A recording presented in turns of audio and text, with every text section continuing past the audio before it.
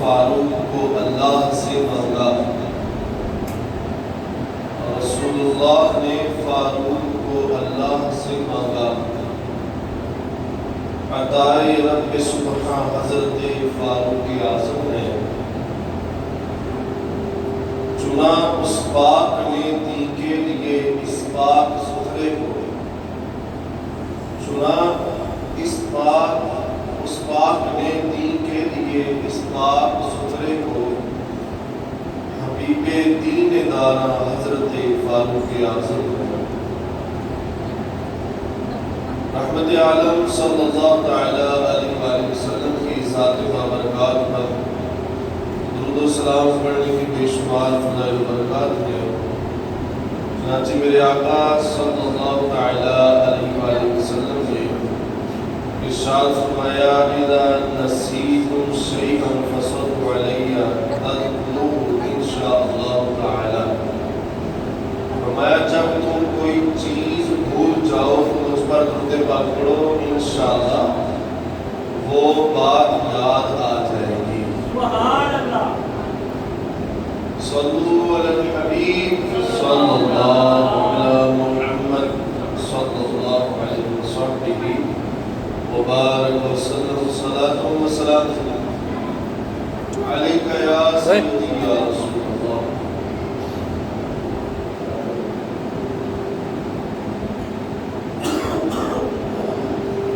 جو آیت کریمہ تلاوت کی اس کا ترجمہ سماعت فرمائیں۔ تو کیا تم یہ سمجھتے ہو کہ ہم نے تمہیں بیکار بنایا اور تم ہماری طرف لوٹائے نہیں جاؤ گے؟ پیارے اسلام بھائیو، یکم محرم شریف کو مسلمانوں کے دوسرے خلیفہ وزیر مصطفیٰ ترجمان نبی ہم زبان نبی حضرت عمر فاروق اعظم رضی اللہ تعالی عنہ کا یوم شہادت ہے۔ حضرت فاروق اعظم رضی اللہ تعالیٰ عنہ عظیم الشان صحابی رسول ہیں، محبوب ذیشان مکی مدنی سلطان صلی اللہ علیہ وسلم نے دعا کی تھی اللہم اعز الاسلام بعمر بن الخطاب فاصبر، اللہ پاک اے اللہ پاک عمر بن خطاب ہی کے ذریعے اسلام کی عزت میں اضافہ فرما۔ آپ صلی اللہ تعالی علیہ وآلہ وسلم کی اس دعا کے نتیجے میں حضرت فاروق اعظم رضی اللہ تعالیٰ عنہ نے اسلام قبول کیا، اس لیے آپ کو مراد رسول بھی کہا جاتا ہے۔ مرید رسول تو ہے ہی ہے، مراد رسول بھی ہے۔ محبوب ذیشان صلی اللہ علیہ وسلم نے ارشاد فرمایا ما طلعت الشمس على رجل خیر من عمر، حضرت عمر رضی اللہ تعالیٰ عنہ سے بہتر کسی آدمی پر سورج طلوع نہیں ہوا۔ ایک حدیث شریف میں ہے عمر سراج اہل الجنہ، عمر اہل جنت کے چراغ ہیں۔ مزید ارشاد فرمایا ھذا رجل لا يحب الباطل، عمر وہ شخص ہے جو باطل کو پسند نہیں کرتا۔ سبحان اللہ۔ ایک بہت ہی پیاری روایت ہے، رسول کریم صلی اللہ علیہ وسلم نے ارشاد فرمایا رضا اللہ رضا عمر برضا عمر رضا اللہ، فرمایا اللہ پاک کی رضا عمر کی رضا ہے اور عمر کی رضا اللہ پاک کی رضا ہے۔ جو آیت کریمہ ہم نے سنی ہے اس میں فاروق اعظم رضی اللہ تعالیٰ عنہ سے ہمیں ان کی سیرت سے کیا رہنمائی ملتی ہے وہ انشاءاللہ اس آیت کریمہ کو اس حوالے سے سمجھیں گے۔ یہ بہت گہرا سوال ہے جو قرآن ہم سے پوچھ رہا ہے، کیا سمجھتے ہو کہ تمہیں عبث پیدا کیا گیا ہے، بیکار بنایا؟ عبث بنا بیکار، عبث جو ہے بہت اہم لفظ ہے، اس کے معنی میں گہرائی ہے۔ ایسا کام جس کا کوئی مقصد ہی نہ ہو۔ دیکھیں اللہ پاک نے کوئی بھی چیز بے مقصد پیدا نہیں کی۔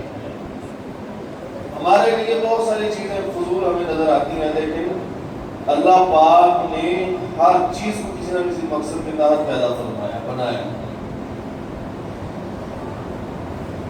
ہمارے گھروں میں بچے کھیلتے ہیں، یہ عبث نہیں ہے، اس میں نشو و نما کا ایک پہلو موجود ہے۔ جو بچہ کھیلے نا وہ پلتا بڑھتا نہیں ہے۔ ہم ورزش کرتے ہیں، یہ بھی عبث نہیں ہے، اس میں صحت مندی کا پہلو موجود ہے۔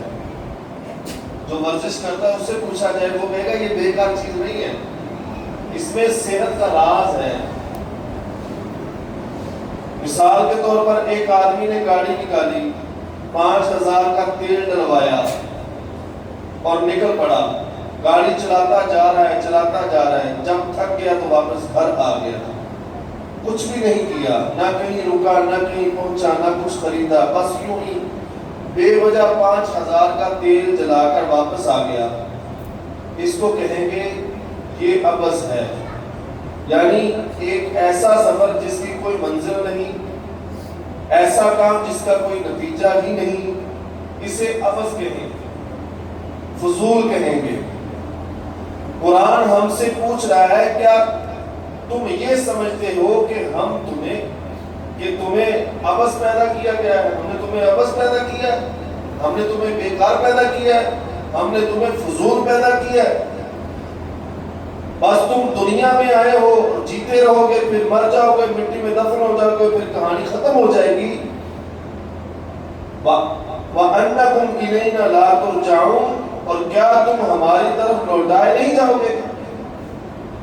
کیا تم نے پلٹ کر واپس نہیں آنا؟ اللہ پاک کے حضور اپنے لمحے کا جواب نہیں دینا، نہیں ایسا نہیں ہے۔ اس کائنات میں اصل ایک تم انسان ہی تو ہو۔ اس کائنات کی اصل کون سی چیز ہے؟ انسان، جنہیں بامانہ مخلوق بنایا گیا ہے۔ یہ ساری مخلوقات، یہ پہاڑ، یہ ہوا، یہ درخت، یہ چرندے، یہ پرند، چاند، سورج، ستارے، یہ سب کچھ تو انسان کی خدمت کے لیے بنائے گئے۔ اصل معنویت جو ہے انسان کے اندر رکھی گئی ہے، اصل معنویت۔ غرض یہ آیت کریمہ ہمیں جھنجھوڑ رہی ہے کہ تم بے مقصد نہیں ہو، محض جینے کے طور پر جیتے نہ رہو۔ 25 سال کے ہو گئے، اب ماں بدولت جو ہے وہ 25 سال کے ہو گئے، اب 30ویں سالگرہ آ گئی، اب 60ویں سالگرہ آ گئی، 60 سال کے ہو گئے، اب جناب جو ہے وہ وفات پا گئے۔ ایسے نہ ہو، بلکہ تمہاری زندگی با مقصد ہو، اسے با مقصد بنا کر ہی گزارنا سیکھو۔ آج کے دور میں 3 بڑے بحران ہیں جن سے ہماری اکثریت بالخصوص نوجوان طبقہ دوچار ہے۔ ایک تو پہلا بحران یہ ہے کہ بے مقصد زندگی ہمارا نوجوان گزار رہا ہے، اس کی زندگی کا کوئی مقصد نہیں، اس کے ہاتھ میں موبائل ہے بے مقصد، اس کے گھر میں کمپیوٹر پڑا ہے بے مقصد، سب سے بڑی چیز موبائل بے مقصد ہے اس کے پاس۔ امیر اللہ سنت فرما رہے تھے مدنی چینل میں کہ اب آنے والے وقت میں ہو سکتا ہے کہ ہمیں ایسے علماء نہ ملے جس طرح کے پہلے ہمیں ملتے تھے، کیونکہ طالب العلم جو تھے ان کا مقصد جو تھا وہ کتابیں تھیں، وہ کتابوں میں منہمک رہا کرتے تھے، پڑھا کرتے تھے، سیکھا کرتے تھے، کتاب کو دوست سمجھا کرتے تھے، کتاب ان سے باتیں کرتے جب وہ بلاتے تھے۔ اب جس ہاتھ میں کتاب ہونی چاہیے تھی، بامقصد زندگی تھی کتاب کے ذریعے، اب اس ہاتھ میں کتاب نہیں، اس ہاتھ میں موبائل ہے۔ یہ نوجوان آج کا جو ہمارا ہے یہ دینی کتب سے محروم ہو گیا، اب دینی کتابیں نہیں دیکھتا، تو بے مقصد زندگی جو ہے آج کا ہمارا نوجوان گزار رہا ہے۔ اور دوسرا بحران ہے نمائش کی کسی کے پاس ایک گاڑی ہے تو ہمارے پاس دو ہونی چاہیے. کسی کے پاس سادہ موبائل اینڈرائڈ تو وہ کہتا ہے میرے پاس جو ہے نا آئی فون ہونا چاہیے. نمائش کی دور میں ہم بھاگ رہے ہیں. ہمارے اندر ایک جستجو ہے کہ ہم ایک دوسرے سے بڑھ جائیں, دینی علوم کے حوالے سے نہیں, دنیاوی چیزوں کے لحاظ سے ہم ایک دوسرے سے آگے ہو جائیں. ہمارے رشتے دار نے سادہ مکان بنایا ہے ٹی آر پر, تو ہمارے تو لینٹر ہی ہونا چاہیے. نمود و نمائش, اس کے گراج میں ایک گاڑی کھڑی ہے تو میرے گراج میں دو ہونی چاہیے. بھائی یہ تو یہ رہ گیا, ہمارے تو قربانی بھی نمود و نمائش بن گئی. مسلمان ہم ایسا بہتے جا رہے ہیں. اللہ کی رضا جو ہے وہ للہیت جو ہے وہ کسی عمل میں زیادہ تر نظر نہیں آتی.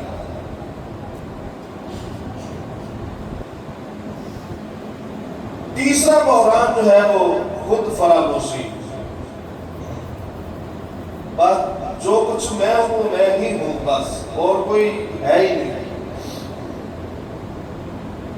تو یہ تین بحران جو ہے ہماری زندگی کو عبث کر دیتے ہیں, فضول کر دیتے ہیں. آیت کریمہ ہم سے تقاضا کرتی ہے کہ یہ تینوں باتیں ہمارے اندر نہ ہوں تاکہ ہماری زندگی بیکار نہ رہے.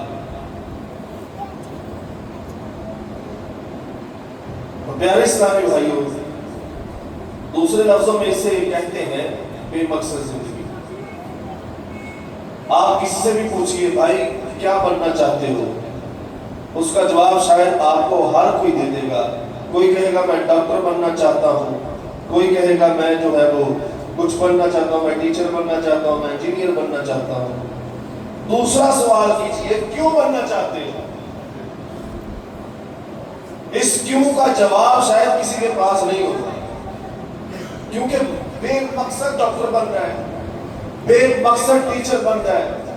اگر اس کے پیچھے اگر مقصد دیکھ بھی لیا جائے تو اس کی آخرت سے اس کا تعلق نہیں ہے. با مقصد زندگی, با مقصد جو ہے وہ ڈاکٹر بھی وہی ہے جس کی آخرت کے پیش نظر کوئی چیز ہوگی. ڈاکٹر بننا ہے تو اس کی آمدنی بہت ہے, سرکاری ملازم بھی بنیں گے اور ساتھ میں اپنا کلینک بھی کھولیں گے, پرائیویٹ ہسپتال بھی, لوگوں کی چمڑیاں پھیڑ دیں گے ہم لوگ, آنے والی نسلیں سمجھ جائیں گی. بیٹھ کر کھائیں یہ مقصد ہے, آخرت کے تعلق سے کوئی مقصد نہیں. تو جس عہدے کا آخرت کے تعلق سے مقصد نہ ہو وہ بھلے کوئی بھی عہدہ ہے وہ بیکار ہے, فضول ہے, وہ عبث ہے. تو یہ دوسرے سوال کا جواب کوئی ڈاکٹر نہیں دیتا, ڈاکٹر بننے والا, کوئی ٹیچر بننے والا نہیں دیتا, کوئی انجینئر بننے والا نہیں دیتا, کوئی وکیل بننے والا نہیں دیتا. ابھی بیٹھے ہی بیٹھے دل میں ہی اپنے آپ سے سوال کر لیجئے میں کیوں زندہ ہوں, میں کیوں زندہ ہوں. شاید ہمارے پاس اس کا بھی ایک ہی جواب ہوگا کہ میں اس لیے زندہ ہوں کہ ابھی تک حضرت اسرائیل علیہ السلام نہیں آئے, موت والا فرشتہ نہیں آیا, میں اس لیے زندہ ہوں. پوچھا جائے جب وہ لینے کے لیے آئیں گے تو میں چلا جاؤں گا, بس مر جاؤں گا.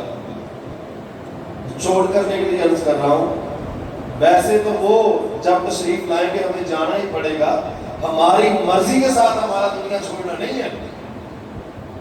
کہ ہم کہیں کہ اپنی مرضی کے ساتھ ہی میں زندہ ہوں, یہ تو نہیں کہہ سکتے. اللہ کی مرضی کے ساتھ ہم زندہ ہیں.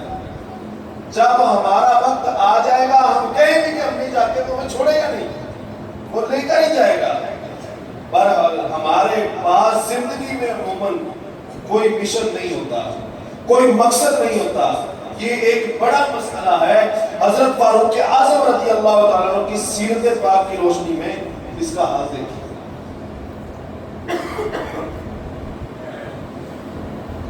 ابھی فاروق اعظم رضی اللہ تعالیٰ عنہ نے اسلام قبول نہیں کیا. اس سے پہلے پیارے آقا صلی اللہ علیہ وسلم نے دعا کی, اے اللہ پاک دو بندے ہیں, ابو جہل اور دوسرے ہیں عمر بن خطاب, ان دونوں میں سے جو تیرا محبوب ہے اس کے ذریعے اسلام کو غلبہ عطا فرما. ابھی ایک بھی دن نہیں گزرا تھا کہ حضرت فاروق اعظم رضی اللہ تعالیٰ عنہ نے ایمان قبول کر لیا. یہاں ایک تو ایمان فروز بات یہ ہے کہ محبوب صلی اللہ علیہ وسلم نے دعا کی تھی یا اللہ پاک ان دونوں میں سے جو تجھے محبوب ہے اسے ایمان کی دولت عطا فرما. اس دعا کے نتیجے میں جب ابو جہل کو ریجیکٹ کر دیا گیا اور حضرت فاروق اعظم رضی اللہ تعالیٰ عنہ کو ایمان کی دولت عطا کر دی گئی تو یہ لازمی طور پر ثابت ہو گیا کہ حضرت فاروق اعظم رضی اللہ تعالیٰ عنہ اللہ کے پاک محبوب بندے ہیں. اللہ پاک کے محبوب بندے ہیں. دوسرے نمبر پر یہ دیکھیے کہ پیارے آقا صلی اللہ علیہ وسلم نے حضرت فاروق اعظم رضی اللہ تعالیٰ عنہ کو اللہ پاک سے کیوں مانگا؟ اس لیے مانگا غلبہ اسلام کے لیے مانگا. یہ پوائنٹ، یہ وہ مشن ہے جس پر حضرت فاروق اعظم رضی اللہ تعالیٰ عنہ کی پوری زندگی کھڑی ہوتی ہے. حضرت فاروق اعظم رضی اللہ تعالیٰ عنہ کے دور میں اسلام کا غلبہ ہوا. ہر طرف جو ہے وہ قانون کی زندگی تھی، قانون کی بالادستی تھی جو ہمارے یہاں آج نہیں ہے. ہم کیوں در در دھکے کھا رہے ہیں؟ مسلمان تنزلی کا شکار کیوں ہوتا جا رہا ہے کہ ہمارے اندر انصاف جو تھا وہ مسلمان کی ایک عظیم دولت تھی وہ چھین گئی، وہ ختم ہو گئی. کرپشن کا بازار جو ہے وہ گلی گلی جو ہے وہ سرگرم ہے، ہر گھر میں ہو رہی ہے. آج تو ہمارا بچہ بھی کرپشن کر رہا ہے. ذرا سا اس کو نیکی کا کام کرتا وہ کہتا ہے پیٹ میں درد نظر نہیں آتی. یہ بھی کرپشن ہے. ہمارے گھر کی جو مائیں ہیں وہ بچے کے جو ایپ ہوتے ہیں اس پر پردہ ڈالتی ہیں کہ والد کو پتہ نہیں چلتا. یہ کرپشن ہے بھائی. اور یہ کیا نہیں ہے، اس کو کیا کہیں گے؟ تو گھر گھر میں یہ چیزیں موجود ہیں. پیارے اسلامی بھائیوں، اسلام اسی وقت غالب ہو سکتا ہے جب ہم اسلام پر پورے ہوتے ہیں. ہم یہ نیت کر لیں ہمارے گھر سے جو ہے یہ چراغ چلے. حضرت فاروق اعظم رضی اللہ تعالیٰ عنہ وہ ہستی ہے جو مراد مصطفیٰ ہے. حضرت فاروق اعظم رضی اللہ تعالیٰ عنہ وہ ہستی ہے جن کے بارے میں فرمایا کہ شیطان ان کو دیکھ کر راستہ بدل دیتا ہے. حضرت فاروق اعظم رضی اللہ تعالیٰ عنہ وہ ہستی ہیں جن کے بارے میں میرے محبوب صلی اللہ علیہ وسلم نے فرمایا میں آخری نبی نہ ہوتا تو میرے بعد فاروق اعظم نبی ہوتے. لیکن غور کر لو کہ میں آخری نبی ہوں، میں اللہ کا آخری نبی ہوں، میرے بعد کوئی نبی نہیں ہے. فاروق اعظم رضی اللہ تعالیٰ کو دیکھ کر شیطان راستہ بدلتا ہے. پیارے اسلام بھائیوں، آنے والا جو دور ہے، آنے والا جو وقت ہے، محرم الحرام آنے والا ہے. الحمدللہ اسلام کا پہلا مہینہ ہے، اسلام کا آخری مہینہ قربانی کا، اور اسلام کا پہلا مہینہ بھی قربانی کا. یہ قربانی ہم جانوروں کی کرتے ہیں، اللہ کرے نفس کی بھی کرنے والے بن جائیں. اور اس مہینے میں امام حسین رضی اللہ تعالیٰ اور آپ کے گھر والے اور آپ کے رفقا نے قربانیاں پیش کی. اس لیے اسلام کے ہم بھی کچھ قربانی دینے والے بن جائیں. تو جو ان پاک ہستیوں کے بارے حضور علیہ السلام کے پاک صحابہ کے بارے زبان درازی کریں، ہمیں ایسے لوگوں سے بچ کے رہنا چاہیے. ٹھیک ہے انشاءاللہ. اہل سنت کے نزدیک ان دنوں میں، ان مہینوں میں یہ کالے کپڑے پہننا منع ہے. اہل سنت کے نزدیک یہ بات ذہن میں رکھیے. محرم الحرام میں کالے کپڑے، سرخ رنگ کے کپڑے اور زیادہ جو ہے وہ سبز کپڑے یہ پہننا جو ہے منع ہے. میں اپنے اہل سنت کی بات کر رہا ہوں، میری کسی طرح کوئی بات نہیں ہے. صرف اہل سنت سے، اہل سنت کو ہمیں اپنے لوگوں کو سمجھانا ہے. ہماری تشبیہ کسی اور کے ساتھ آئے اور لوگ وہی ہمیں سمجھے، ٹھیک ہے، تو یہ مناسب نہیں، کیونکہ ہم ہیں یا رسول اللہ کہنے والے. ہم صحابہ کے جو ہیں وہ غلام ہیں. ہمیں کسی مسئلے سے کوئی نہیں. ہم تو کہتے ہیں جو گستاخ ہے وہ گستاخ ہے، کسی کو نہیں کہتے. ٹھیک ہے، جو صحابہ کا گستاخ ہے وہ پورا بھلے وہ کسی کپڑے میں بھی ہوتا ہے، لیکن ایک خاص نشانی پہچان بن جائے. اب کڑا پہننا یہ ہماری پہچان مسلمانوں کی نہیں ہے. کڑا پہننا یہ ہندوؤں کی پہچان، ان کی آن ہے، اور سکھوں کی.